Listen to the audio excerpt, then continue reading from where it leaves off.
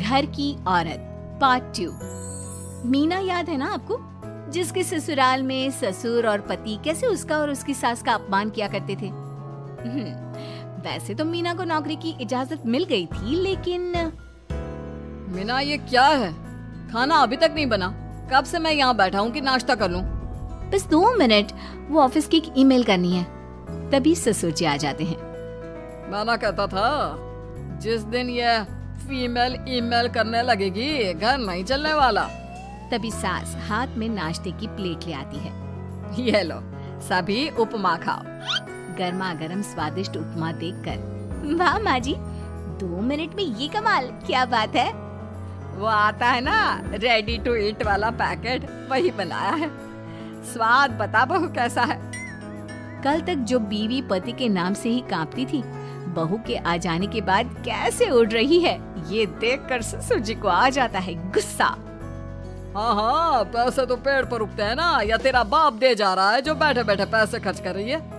अरे जरा शरीर चला लिया कर, वरना पता है ना जब मेरा हाथ पड़ेगा तो कैसे काम करती है तू। बहू बेटे के सामने खुद का अपमान सास बर्दाश्त नहीं कर पाती और रोती हुई कमरे में चली जाती है। क्या पापा, क्या जरूरत थी माँ से ऐसे बात करने की? सुबह से कुछ नहीं खाया है, अब जब खाना आया तो रुला दिया आपने। चलिए देखते हैं माँ कहाँ गई। मेरी जूती भी ना जाए उस पागल औरत को देखने। अरे क्या गलत कहा मैंने? बस यही ना कि भाई पैसे बचाओ। अरे कमाने बाहर निकले ना तब पता चले कि कैसे हड्डी गल जाती है। बात तो सही कह रहे हैं पिताजी, माँ को तो बस पैसे उड़ाना आता है। अरे पर माँ ने तो सबके लिए नाश्ता ही बनाया था ना, कौन सा खुद के लिए गहने खरीदे थी। खैर, बहू समझ जाती है कि सारा मामला कमाई का ही है, क्योंकि सास कुछ करती नहीं, कुछ कमाती नहीं, तो ससुर जी उन पर हावी रहते हैं। फिर क्या था, अब थी बारी बहू की।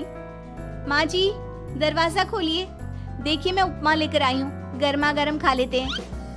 सास कमरा खोल देती है। सामने खड़ी होती है बहू, हाथ में उपमा की प्लेट लेकर।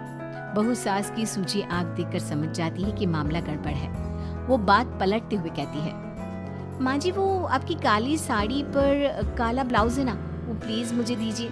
मुझे कल ना काली साड़ी पहनी, लेकिन कोई ब्लाउज ही नहीं है। सास बहू की बात में अपना गम भूल जाती है।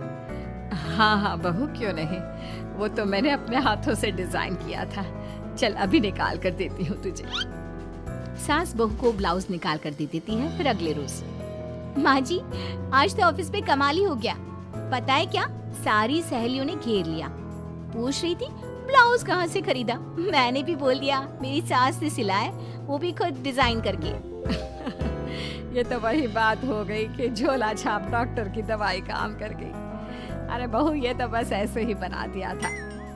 लेकिन माँ जी आपको पता है, ये देखिए 2 लोगों ने तो मुझे कपड़ा भी दे दिया और नाम भी, सेम टू सेम डिजाइन का ब्लाउज बना दो, और बदले में ये 2000 रुपए। हाथ में 2000 देखकर सास की तो आंखें फटी की फटी रह जाती है। अरे बहू, ये तो कमाल ही कर दिया। ये काम तो मैं कल तेरे ऑफिस जाने से पहले ही खत्म कर दूंगी। सच्ची माँ जी, कैसे इतनी जल्दी? अरे बहू, वो बस नाप है ना, उसी के आकार का काट काट कर डिजाइन ही तो देना है। ये तो मेरे बाएं हाथ का खेल है।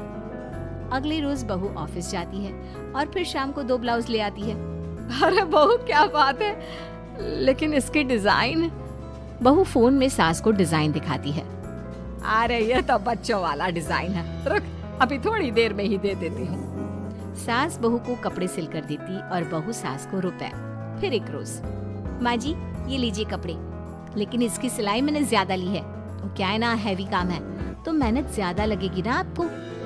अरे रहने देती बहू, मैंने कौन सी बुटीक खोली है। बहू को सास की बात में दम लगता है और वो कुछ सोचती हुई निकल जाती है। वो कमरे में बैठी होती है कि उसकी ससुर की जोर जोर से चिल्लाने की आवाज आती है। फिर फिजूल खर्ची।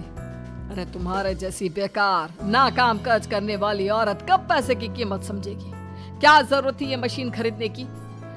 अरे वो मैंने EMI में ली है। आपको पता है ना कपड़े सिलने का कितना शौक है मुझे।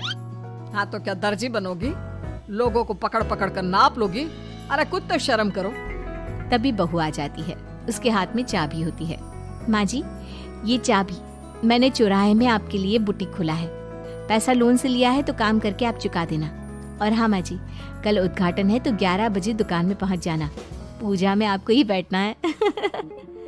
ये सुनकर ससुर जी आग बबूला हो जाते हैं। कहीं नहीं जाएगी ये, इस घर की औरतें बाहर नहीं निकलती। तू तो इंजीनियर है इसलिए तुझे इजाजत दे दी, लेकिन ये तेरी सास 4 अक्षर नहीं आते इसको। अरे रहने दे, क्यों पैसा बर्बाद करवा रही है। सास को डांटने की आदत ससुर जी को जो लग चुकी थी। सास बहू की ओर देखती है, तो माँ जी कल वक्त से तैयार रहना। ससुर जी, आप ही तो माँ जी को कहते थे ना उन्हें पैसे की कदर नहीं है, तो अब वो खुद ही कमाने जा रही हैं।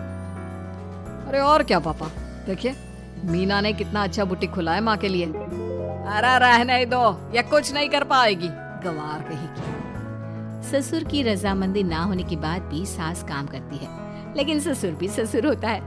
एक रोज सास देर से घर आती है। कहाँ घूम रही थी? ये कोई वक्त है घर आने का?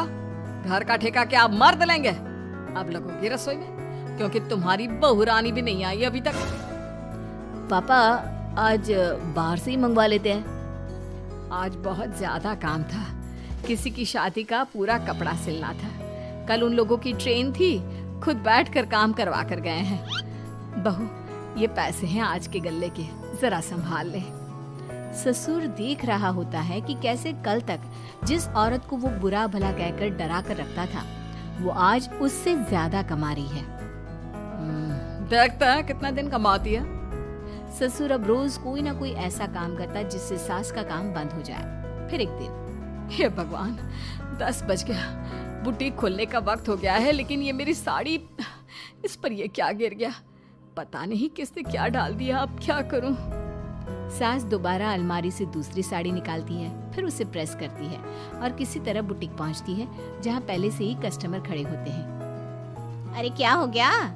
लगता है काम चल गया तो मैडम के भाव बढ़ गए। पता है, इस धूप में पिछले आधे घंटे से खड़े हैं, पता होता तो वो बगल वाली शॉप में ही दे देते। अरे अरे माफ करिएगा, वो क्या हुआ ना, तैयार होकर निकल ही रही थी कि साड़ी में सॉस गिर गया। दोबारा साड़ी चेंज की तो आप आई। ठीक है, लेकिन अब आ गई है तो जरा जल्दी से कपड़े दे दो, हमें जाना है। सास को कस्टमर की बात बुरी लगती है, लेकिन क्या करती, वो जल्दी से सभी को सारा सामान देकर विदा करती है। सारा दिन काम करती है। वो निकल ही रही थी कि एक कस्टमर आती है। जी वो मेरी साड़ी है ना शादी की, उसका लहंगा बनवाना है। हाँ हाँ, क्यों नहीं, बनवा लो।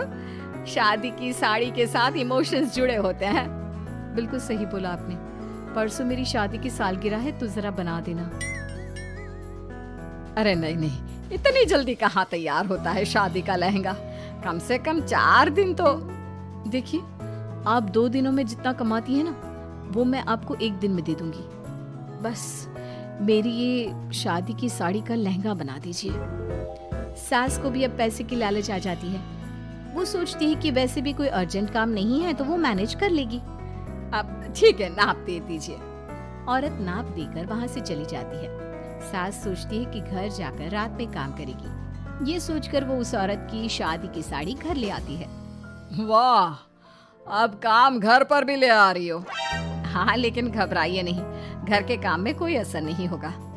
सास घर का काम करती है, बहू के साथ खाना बनाती है, खिलाती है, और फिर क्या बात है सासू माँ, बड़ी जल्दी जल्दी काम कर रही हैं आज। सास बहू को सारी बात बताती है।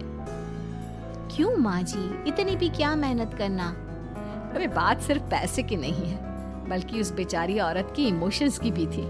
ये उसकी शादी की साड़ी है ना। ससुर पास खड़ा सब सुन रहा था। अब देखो, बहुत काम करने का शौक है ना, कैसे भरे बाजार तुम्हारी दुकान खुद तुम बंद करोगी। जब सास पूरी रात काम करके सुबह लेटती है, मौका देखकर ससुर कैंची से साड़ी को काट देता है। अगली सुबह, चलो कल आधा लहंगा सिला था, आज पूरा करके शाम को ही उसे उसका लहंगा सौंप दूंगी। लेकिन ये क्या, सास जैसे ही लहंगा उठाती है, लहंगा तो फटा होता है। वहीं ससुर छुपकर सास को देख रहा था। हाय रे, ये किसने किया?